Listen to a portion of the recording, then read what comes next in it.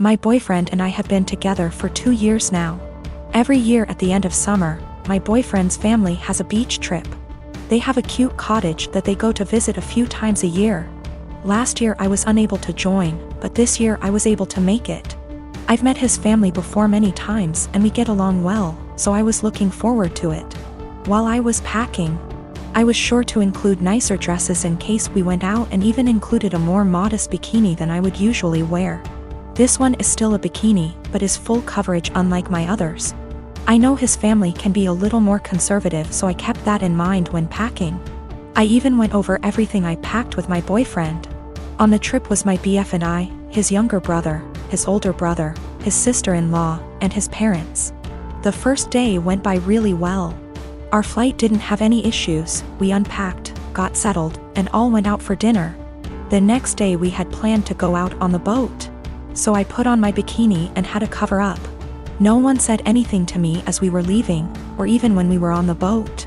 I spent the whole day in my bikini without a single comment. It wasn't until that night I realized people had an issue with it. We were all drinking on the boat, with the exception of my BFS sister-in-law because she's pregnant. And we continued drinking when we got back. So after dinner, we were all pretty wasted. When we were talking about our time on the boat, my BFS dad made a comment about how everyone was staring at me because of my slutty bikini. I was embarrassed and just laughed it off, but then everyone else chimed in to comment on it. His mom laughed and said it was fine, that she would wear nothing if she were young again. But then his younger brother said that I basically was wearing nothing. I defended myself and said it was the most conservative suit I had. And then his older brother said that it didn't leave anything to the imagination.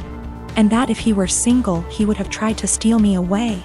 That comment made me pretty uncomfortable, and I could tell it made his wife uncomfortable too. I asked if she would wear bikinis on the trip and my BFS dad interrupted and said that she did, but it was different. My BF just laughed along with all of this, didn't even see anything wrong with it. When I told him to say something, he said that I did look like I was trying to get dick down.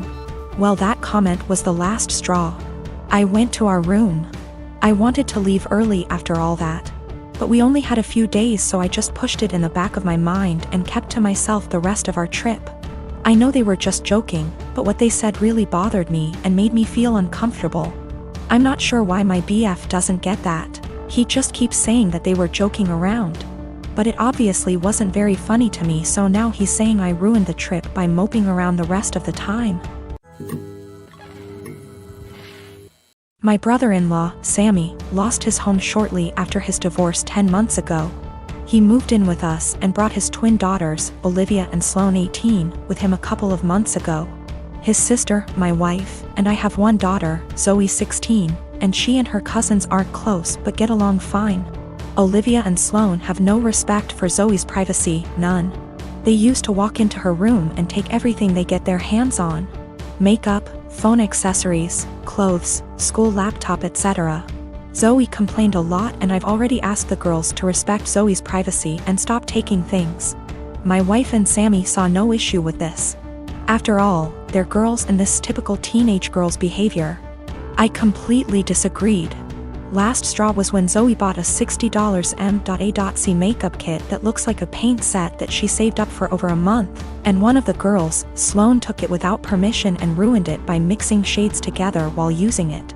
Don't know much about makeup, but that's what Zoe said when she found the kit on her bed, and was crying. I told my wife and she said she'd ask Sloane to apologize, but I got Zoe a lock after I found she was moving valuable belongings out the house because of this incident. Sammy and his daughters saw the lock and weren't happy. The girls were extremely upset. Sammy asked about it and I straight up told him. He said, "My daughters aren't thieves. It's normal that girls of the same age borrow each other's stuff." He said Zoe could easily get another makeup kit for $15 from Walmart and shouldn't even be buying expensive adult makeup in the first place, and suggested my wife take care of this defect in Zoe's personality, trying to appear older than she is.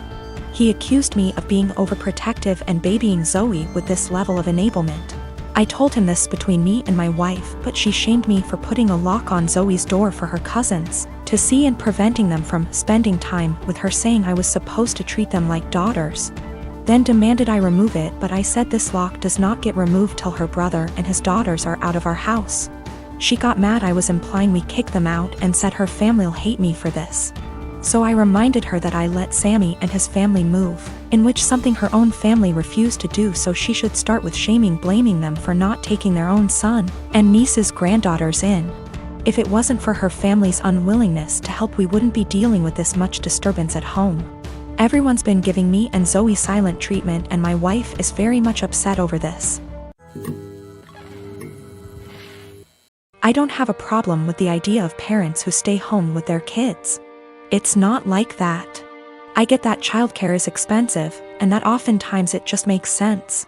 What I have a problem with is my teenage daughter literally planning her life to only become a som. As in, no college, no jobs, no certifications, nothing at all to support herself until that time might come. I told her that it doesn't have to be college, that not everyone needs college, but that she needs to do something to start making money to put away so that, if anything goes wrong with her plan, she has a way to support herself and the potential kids. Her feedback was that her backup plan was me and my husband. She would move in with us and go from there. We would help them survive. I told her then, what happens if we die, or we're incapacitated?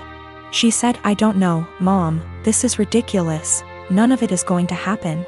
I told her bluntly that I don't want her becoming Nancy Botwin 2.0, that if something happens, she needs to have a backup plan and something behind her other than relying on other people.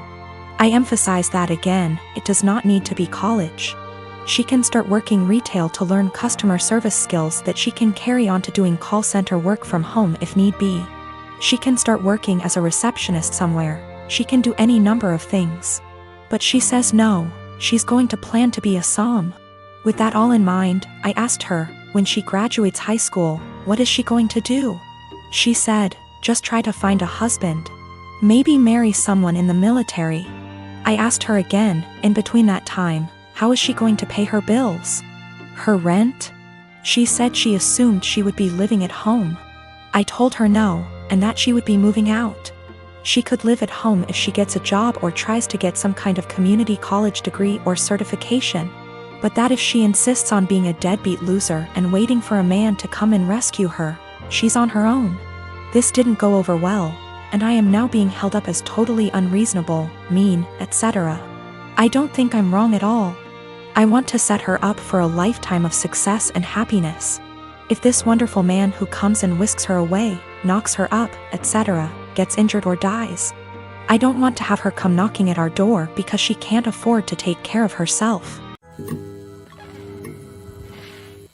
I'm the dad of a 25-year-old young girl who I love very much. I've been able to have a good relationship with my daughter and I enjoy my time with her. But there's one thing about her that would give many people pause. She is a diagnosed sociopath. She exhibited odd, disturbing behavior at a young age, and after a serious incident of abuse towards her younger sister, I realized she needed professional help. Throughout her elementary years she struggled heavily, getting in lots of trouble in school for lying, cruelty, and all other types of misbehaviors. With an enormous amount of therapy and support, her bad behavior was minimized as she grew older. She received an ASPD diagnosis at 18, and I had suspected it for long prior. After her aggressive behavior was tamed, her following years were much more fruitful. She's law-abiding, has a decent job and a good education, and has many good friendships and admirers. Especially male admirers. She is very, very charming and adept at attracting guys and maintaining their interest. She uses that old dating guide, The Rules, like a Bible. She currently has a boyfriend of about a year and a half who's crazy about her, and who I have a very strong relationship with. We live in the same area and spend time together regularly. He is a great guy, very kind, funny and intelligent. But I doubt she loves him. We've had some very honest, in-depth discussions about her mental health since her diagnosis.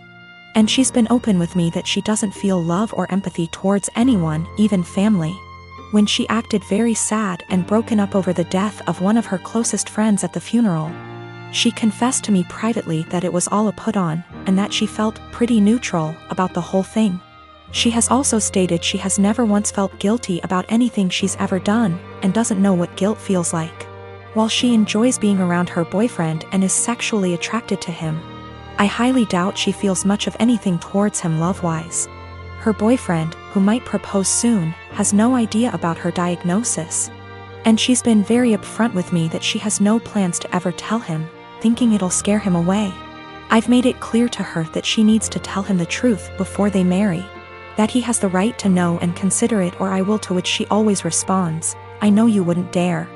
I really like and respect this young man, and would feel awful keeping this secret from him and letting him walk into a marriage without this piece of knowledge. I'm not trying to sabotage my daughter's future. Maybe her boyfriend's love of her personality and other aspects is enough that it won't end the relationship.